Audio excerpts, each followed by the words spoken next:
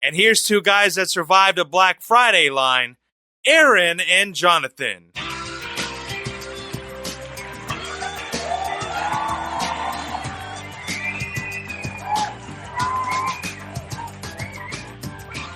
Howdy, and welcome to episode 44 of In the Rabbit Holes Urban Survival Podcast. In this episode, it's decisions, decisions, decisions. We're your hosts, Aaron and Jonathan, and you are in the rabbit hole, safe and sound.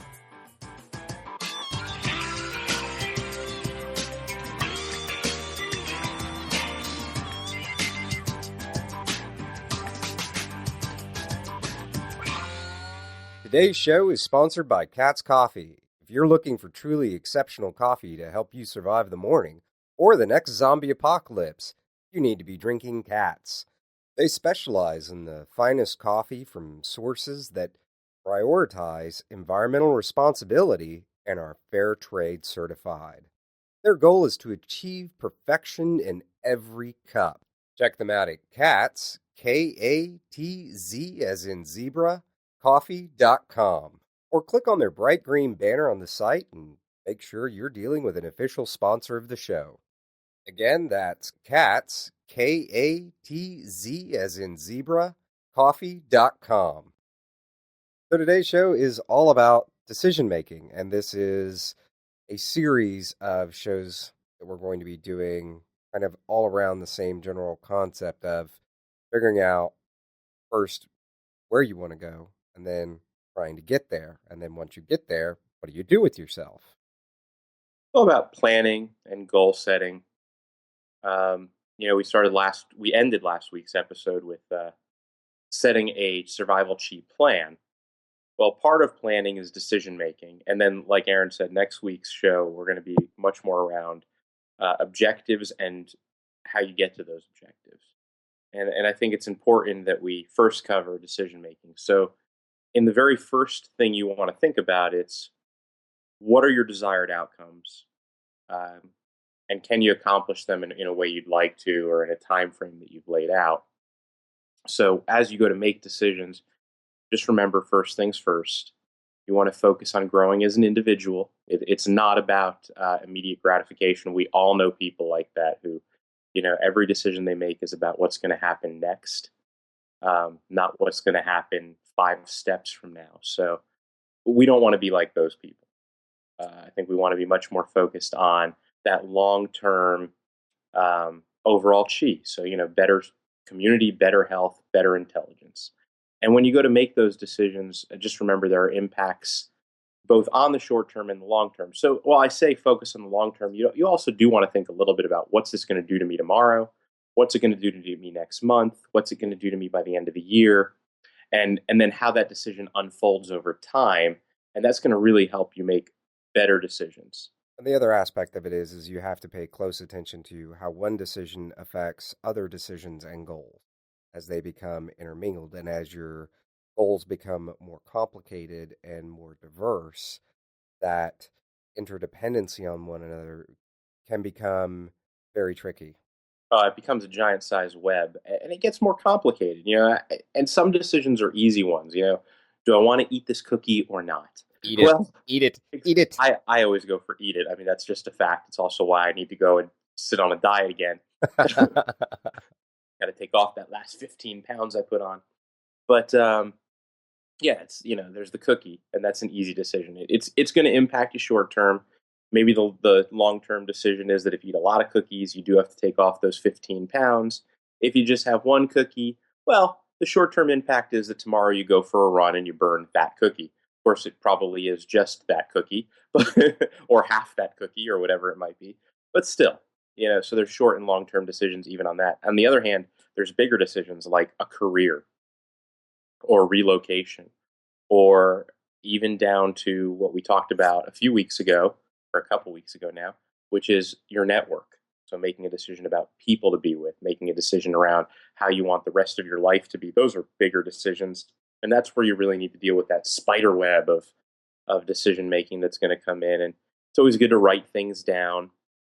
Think about things in a way where, it's okay to push yourself. I think I like to always view it of aim for the stars, land in the trees, which basically means if you aim for the best you could possibly do and push yourself to it, it becomes okay to fail because failure, basically, you learn from it. But remember, failure is only okay if you sit down, understand why you failed, and you learn from that failure. Otherwise, it's purely insanity to keep doing the Exactly. same thing I over don't and over remember. again. I don't remember who it was, but it was some famous inventor. It might have been Ben Franklin, um, but it was a famous inventor, and his line was something like, "I don't view the 14,000 things I did that failed as failure. I viewed them as success in figuring out what 14,000 things didn't work." I I think that was Edison. Might have been Edison. I think he was talking about the light bulb. I believe that it's kind of like that whole idea. It's okay to fail as long as during that failure you're figuring out, okay, that didn't work, on to the next thing.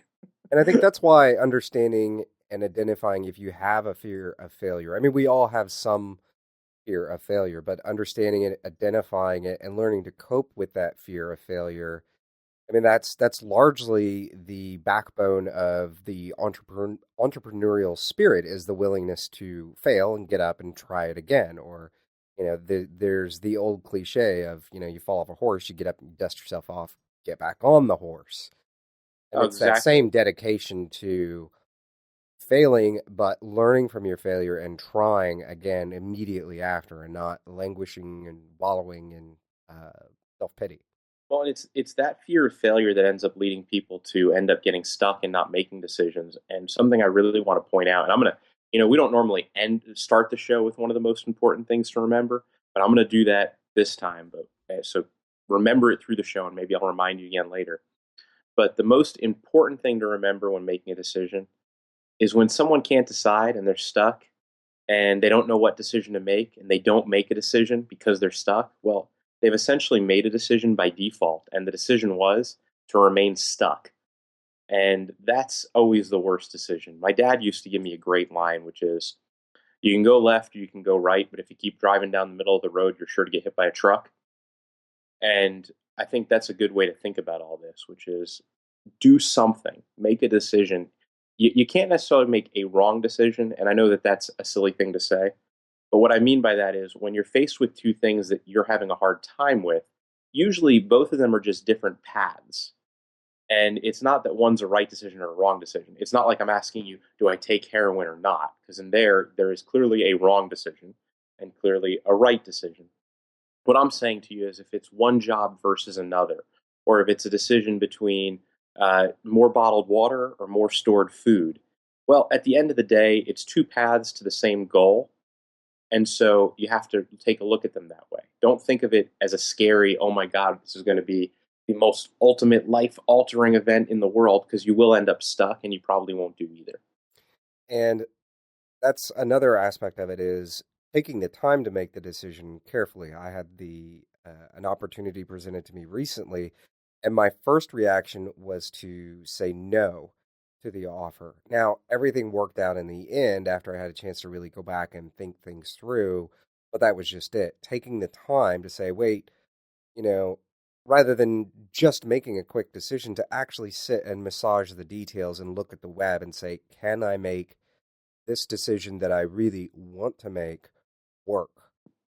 Yeah, and it's not failure to also bring other people into your decisions. No, not at all. You want to talk to people about it, right? It's like if there's a job opportunity in front of you, and this is a big one. Let's even go to a smaller kind of decision. Excuse me. If you're thinking about buying a new car, talking to someone who has that type of car might help you. Talking to people who have other types of cars might help you with your decision as well. So I mean, it's getting input and advice is never a bad thing. There is no obligation to do what the person advising you tells you to do. And I learned a long time ago, as someone who I've been in a lot of management roles, and you give a lot of advice when you're in those roles. I had to learn a long time ago that it is not necessarily an insult to me when someone doesn't take my advice. And then you also learn from dealing with friends. I know Aaron and I have mentioned this guy before. We've got a friend who constantly does things the opposite of the way we always advise. And at the end of the day, we stopped being offended by it because, well, it's just not worth being offended by it. we gave our opinion. We did the best we could. It's up to that other person to either listen or not. And even as the person getting the advice, well, somebody gave you advice, they were doing nice by you, you don't have to listen. Exactly. There's no obligation, there's no necessity, and that's just it. You should get as much advice from different people as you can. And I think to touch on the community aspect, one of the things that Jonathan and I started doing years ago for various reasons, I think we were looking for something to do on a night of the week besides drinking.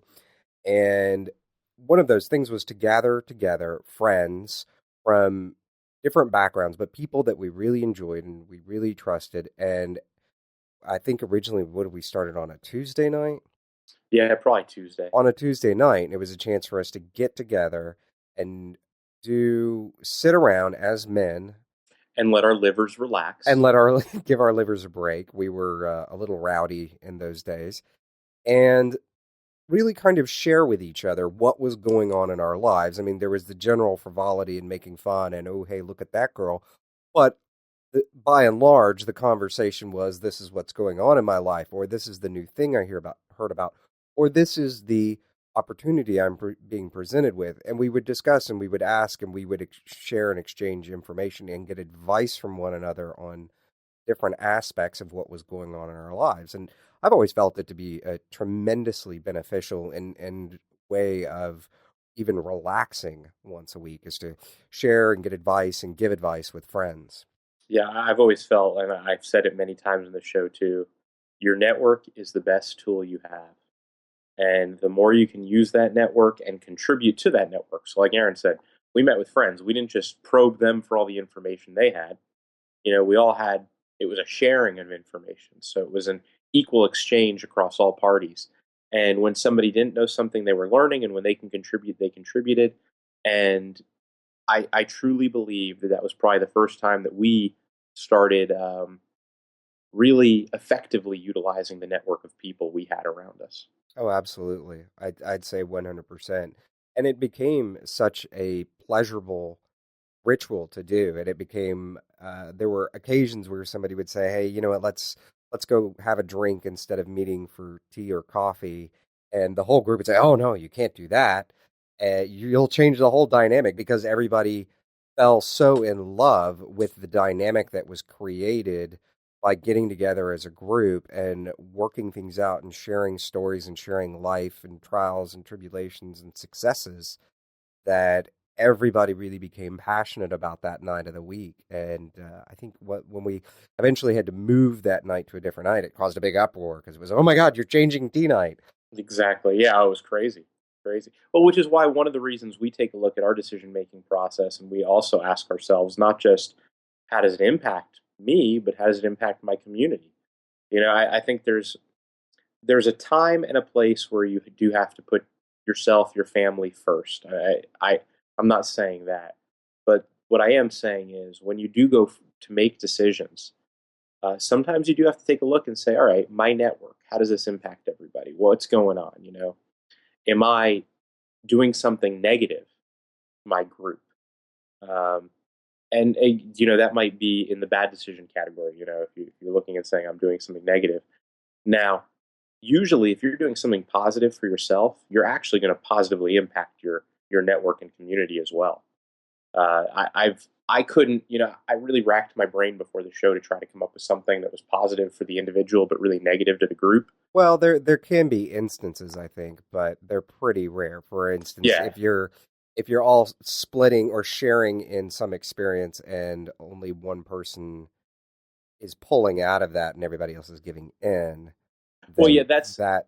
I would agree with that. Yeah. I would think that's true. But then you're not really doing the best you can either. I mean, that's probably in the process of poor decision making too, because when you're not contributing, you're not really growing as much as you could be. And so I think that you make a good point because you could be pulling and pulling and pulling, but if you're not contributing, you and I have talked about it before. Yeah, then it's that friendship bank account or the emotional exactly. bank account that that we've exactly. talked about so many times. Yeah, but even beyond that, it's even that whole idea of when you contribute, you're teaching, and by teaching, you're actually growing, and that's where I think you also get lost in that one. So I agree with you, and then I also see how it's a bad decision across the board too. Oh yeah. Go ahead. Oh no, and I think to kind of move into more.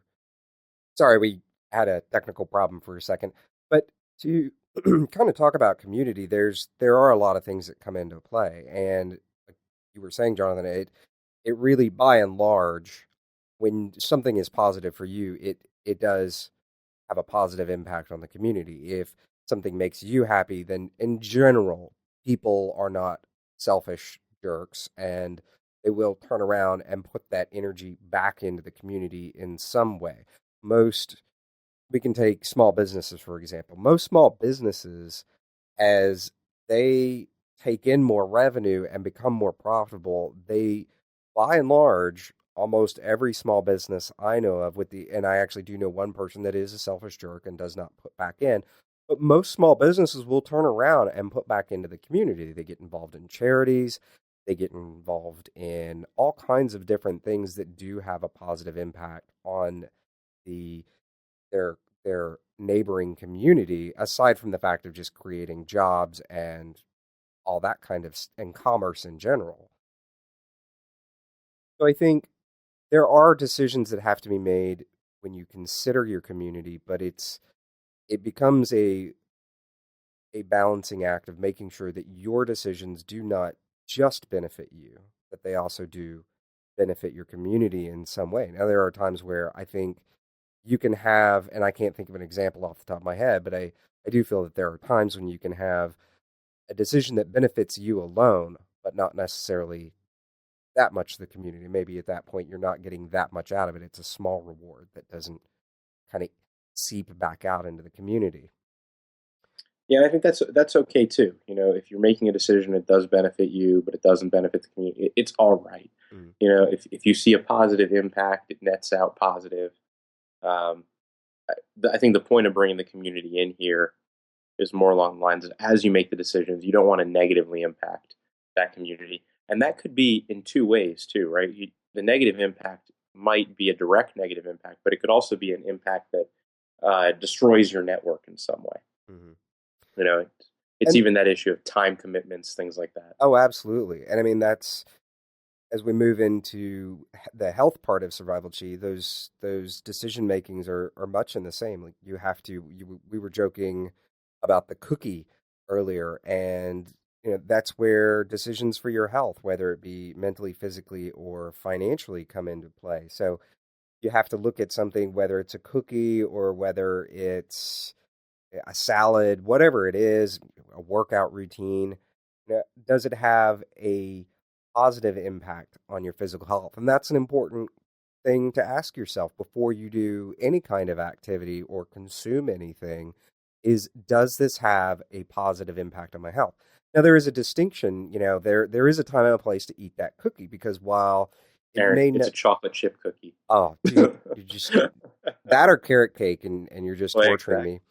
But the I hate you now. I've lost track. All I can think of is the chocolate chip cookie, you bastard. I know, and it's now going to be a negative impact to your physical and mental health. Yes, it is, because I can't have that cookie.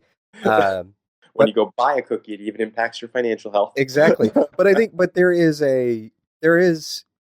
this is where we get into almost the minutia of decision making, in that there can be a time when that chocolate chip cookie has a positive impact because it makes you feel good, because you enjoy it. And it may have a slight deficit on your physical health. And maybe you don't, maybe that run you get the next day isn't a run where you get a positive gain, but instead puts you back into neutral. So that's where the balancing act and a good example of the intertwined web of decision making, where yeah, it may have a negative impact here, but it also has a positive impact here. And what is the balancing act between the two? Just like, we were joking about years ago when we were probably drinking more than we should have and being young and rowdy. And there was a time and a place for it, but there's a healthy balance to having a drink versus an unhealthy balance to having a drink.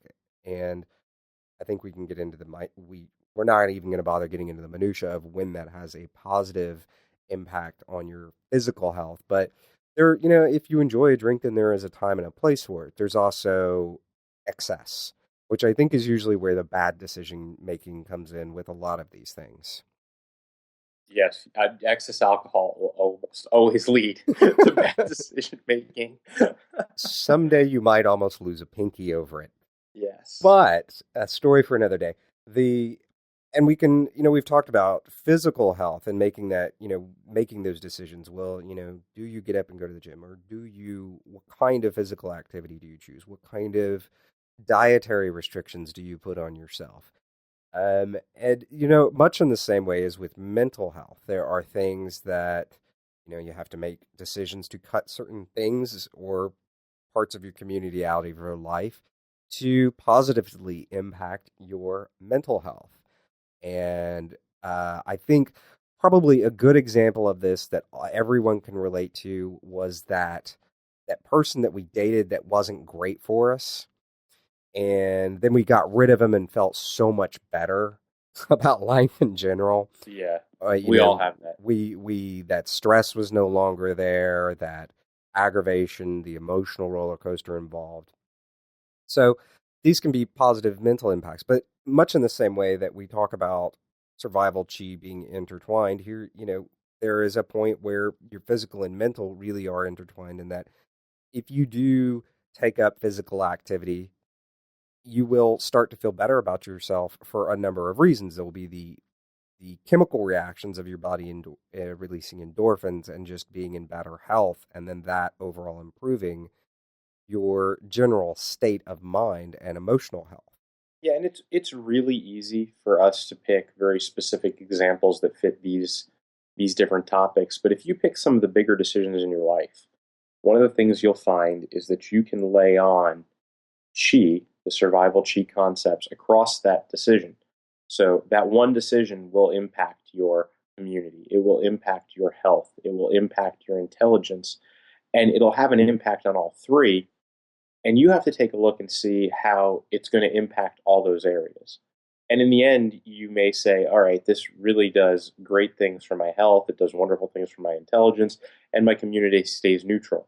Well, that's probably a positive decision. On the other hand, if you come back and say, well, it's a detriment to my health, it's a detriment to my intelligence, but my community stays neutral, well, at that point, you may want to consider that one's a bad decision. And again, these are pretty simplistic views, but it's a good thing to just lay across. And it also goes back to that whole, the lack of a decision is always a decision. Absolutely. And I think a lot of people do even misinterpret a decision as making a decision not to make indecision, if that made any sense whatsoever. But I was talking to a friend, actually a mutual friend of mine and Jonathan's recently, and he was presented with, it was time to make a real decision about his career and his life. And he just kept asking advice over and over and over in the same question. And it was like he was waiting for it to sink in. Like he knew the answer, but it was just somehow he wasn't getting enough validation in the decision that he should make. And I think that in itself is another trap that you have to really watch out for. Should I do this or should I not do this? And getting stuck in that loop of asking that question. So, and I think that's, there's probably been times in our lives where financial health we've gotten stuck on a, do I invest? Do I not invest? Do I buy this cookie? Do I buy this carrot cake? Or do I put the money back in my pocket? And I think decisions within our financial health, like everything else, intertwined. It's a pretty big theme here that everything is intertwined and interdependent on one another. And your financial health affects how you interact with your community. It affects your mental, your physical health. It affects your intelligence in many ways too. And financial health, I think, is one of those that by and large people do not pay enough attention to. Actually, it's kind of hard to choose between that and physical health, which one people don't pay enough attention to. But making the decision to invest time in creating some sort of budget, and if you don't know how to make a budget, investing the time making the decision to invest the time and learning how to make a budget and creating it. Yeah, there are 1,000,001 websites, and these days there are so many tools to help you do that. For those of you with iPhones or Androids or Blackberries, there have got to be more applications out right now to help you manage a budget than I can count on my five fingers on each hand, and then the 10 toes I've got. Obviously, I'm great with math right now. So, but yeah, there's a ton of applications for that. There are big ones, there are small ones, there are free ones, there are expensive ones. So take a look, weigh it wisely, use the web to do some research on what the best budgeting tools are. I think different people have different budgeting needs. Um, so it's really going to be up to you to take a look at the tool, uh, run through it, play with it for a while. You can, most of these tools are free, so you can use a couple of them on the web and see which one you like best. I've actually played with Mint a little bit.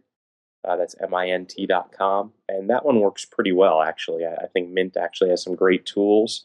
I have not gotten in depth with Mint because mostly I use an Excel spreadsheet, and Bank of America has some good online tools also. Don't hate on me for using Bank of America still.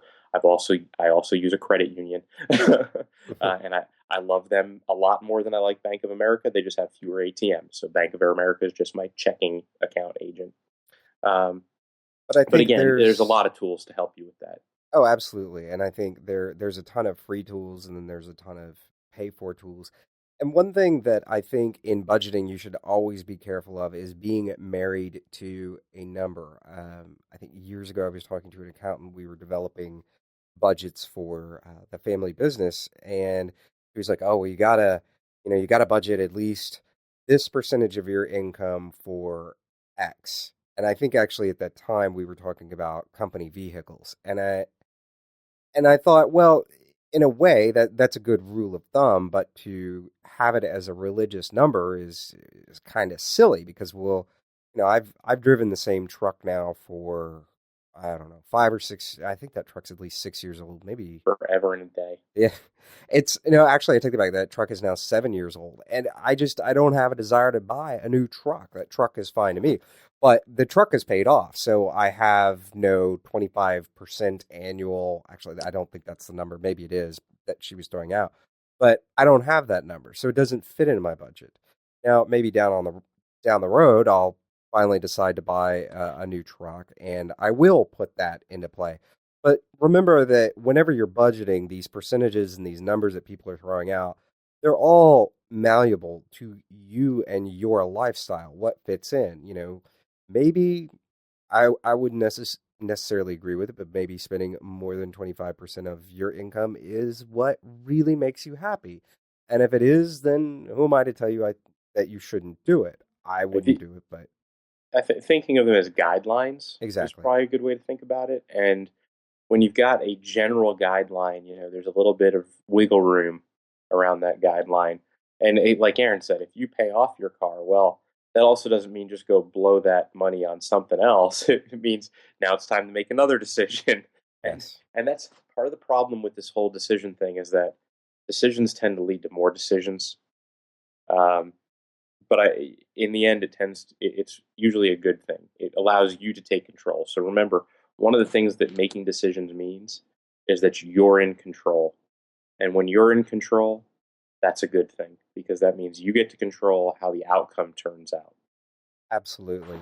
And I think the real key to that, and like you just said, John, I mean, the decisions lead to more decisions, but that's just it. You have to constantly be thinking about, and which may seem tiring, but I really think the process is enjoyable if you stop and appreciate what the outcomes of the different decisions are and appreciate the journey rather than just trying to make a decision and let yourself lead to it. And but making smart decisions and really thinking about what you're doing. An example of this would be in the goals that I just threw up on the board, which I promised I would do before the next show, and it is up there on the forum under the new Survival Chi Plans category on the forum.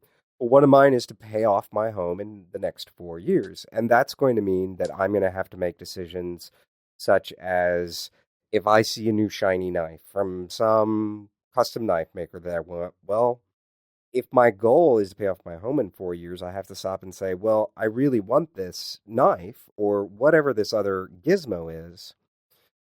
But how much does that impact my ability to achieve my goal of paying off that house in 4 years versus the loss of joy from not being able to purchase whatever the item is? So those decisions come into play. And I think this was kind of a good time. We have to kind of backtrack for just a second, but this was a very good point that we've made, I think, before, but BMG from the forum really kind of spelled it out when we were going back through email about these series of shows, which was don't try to buy your way out of survival. You can't buy skill. You can buy a class and learn a skill, but you can't buy all the stuff that's out there, all the marketing around this gizmo or that gizmo. There are decisions that need to be made within that, and I think those decisions can come from asking yourself, example is, do you need another gun? Or maybe you'd be better off buying more training. Do you need that other cookie? Or would you be better off putting the dollar back in your pocket and save it for a rainy day? So I think these are things that really need to be looked at carefully especially when we're making financial decisions. I think if a goal is to take a step towards preparedness within, let's say, a month, does going out to dinner instead of buying a couple cases of water make more sense? Actually, I said that backwards, but I think it's these decisions that we make, we have to stop and we have to ask ourselves before we do things, how does this impact my life going forward? Do I pay off all my debt in the next 6 months, or do I buy that new MacBook Air that's so sexy and shiny and slim, but do I really need it? Versus would I benefit more from paying off all that debt? Now, there is a time and place where the decisions can be a little more clear, or can be a little less clear, where you have to think about maybe that MacBook Air impacts your ability to make a living. And so maybe you do buy it and that does set you back in the 6 months, or maybe you do buy it and it actually is part of helping you pay off your debt in the 6 months, and that you'll be more productive and be able to generate more revenue for yourself. One of the things I like to do in buying gear, or really anything in my life anymore, is I put a 7-day waiting period on my life and on my purchasing decisions, I should say. And the idea is essentially, if I see something and I want it, instead of reaching for my pocket, I'll bookmark it online, or I'll make a note of it or something like that, and I'll think about it. For 7 days, I'll kind of sit back and think about it, and I'll see how my life was without that item versus what would my life be like with that item. Is any item I'm going to purchase actually going to have that major of an impact on my life, where I wouldn't be better off saving the money or putting that money into something more productive? Another aspect to all of this that kind of need to ask yourself is, can you physically and realistically accomplish these goals and these decisions without really wrecking everyone else's life, wrecking your community with you? So if we're talking about, since we've just been talking about financial, if we can talk about measures of austerity, well, there's levels of austerity that are reasonable for if you have a family and you've decided you're cutting back. There is a point at which, obviously you need to put food on the table, and obviously you want to feed your family quality food and not complete crap. And so you have to look at those decisions. And one jelly bean a day. That's all you get, man. That's all you get. That's what I live on these days. That's how I'm trying to cut back and lose that 15 pounds. That's sorry, I don't know why, but I just thought of that. So thanks. Now I want a jelly bean and a chocolate chip cookie. As well you should. So I think that's an important thing, is, are the goals that you're setting for yourself realistic? Yeah. And I think in that kind of comes into the intelligence part of Survival Chi, of making good decisions and considering how they affect the world around you as well as your own world, and asking, even going into intelligence itself is, does whatever it is you're about to do improve your intelligence? An example would be watching television versus reading a good book, or reading a good book versus reading a trashy romance novel. But it was the Bear Grylls show versus the Bear Grylls survival book, man. And well, that's just two bad decisions. Exactly. No, but I think that that aside, and I would never. So I just want to make that perfectly clear. But it's about, does this impact my intelligence in a positive way? Does it build on the skills that I currently have? Does it give me skills that I'd like to have? And then, it really boils down to, and Aaron, you've been kind of alluding to it, and I'll see if I can sum it up, but does it make me a better person? Absolutely. I mean, that's the big one here. And then, you got to ask yourself, do I really? So there's decisions that you're going to really struggle with, and one of the things you kind of have to ask is, what do I lose by making this decision? So if I make the decision and pick A versus B, what am I losing? And that's something to really keep note of, and it will help you make better decisions, because a lot of people look at a decision and say, what do I get when I make this decision? Yeah, I think to make the intelligent decision, you really also have to ask yourself, what do I give up when I make this decision? Yeah, within business, it's usually referred to as opportunity cost. What is the cost to opportunity of spending the money versus not spending the money? It's usually in business is how it's going. But it can also be, we joked about dating earlier, what's the opportunity cost of walking up and saying hello to that girl across the room, or hopefully not reading the Bear Grylls book. But these are we're making silly examples, but those are personal decisions, and if that's the way you feel you need to roll, yes, you do what you got to do. Yes. And that's hopefully you're getting out of the show the idea that decision making can be painful, but it shouldn't be painful. It should be an activity that you're constantly engaged in, constantly aware of, and constantly working to make new, better decisions every day. And with that, we wrap up episode 44. Thank you for joining us. If you like the podcast, make sure to leave us a review in iTunes. It helps others find us. And if you didn't, well, why not tell us about it using the contact form on the site? Seriously, the show's for you, the listener, and if you have something to say, we're listening. Be sure to connect with us through Facebook, Twitter, YouTube, and the Urban Survival Forum through the links on the top right-hand side of the site at www.intherabbithole.com. Also, don't forget to sign up for the newsletter.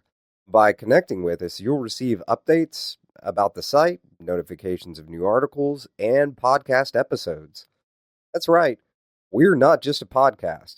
Every week, articles are posted to the site that cover all manner of topics relating to surviving in an urban environment, whether in good times or in extreme circumstances. Show notes are posted with each episode, where we invite you to comment on the show, interact with us, interact with each other, and let the world know what you're thinking. From the Lone Star State, till next time, stay safe and sound.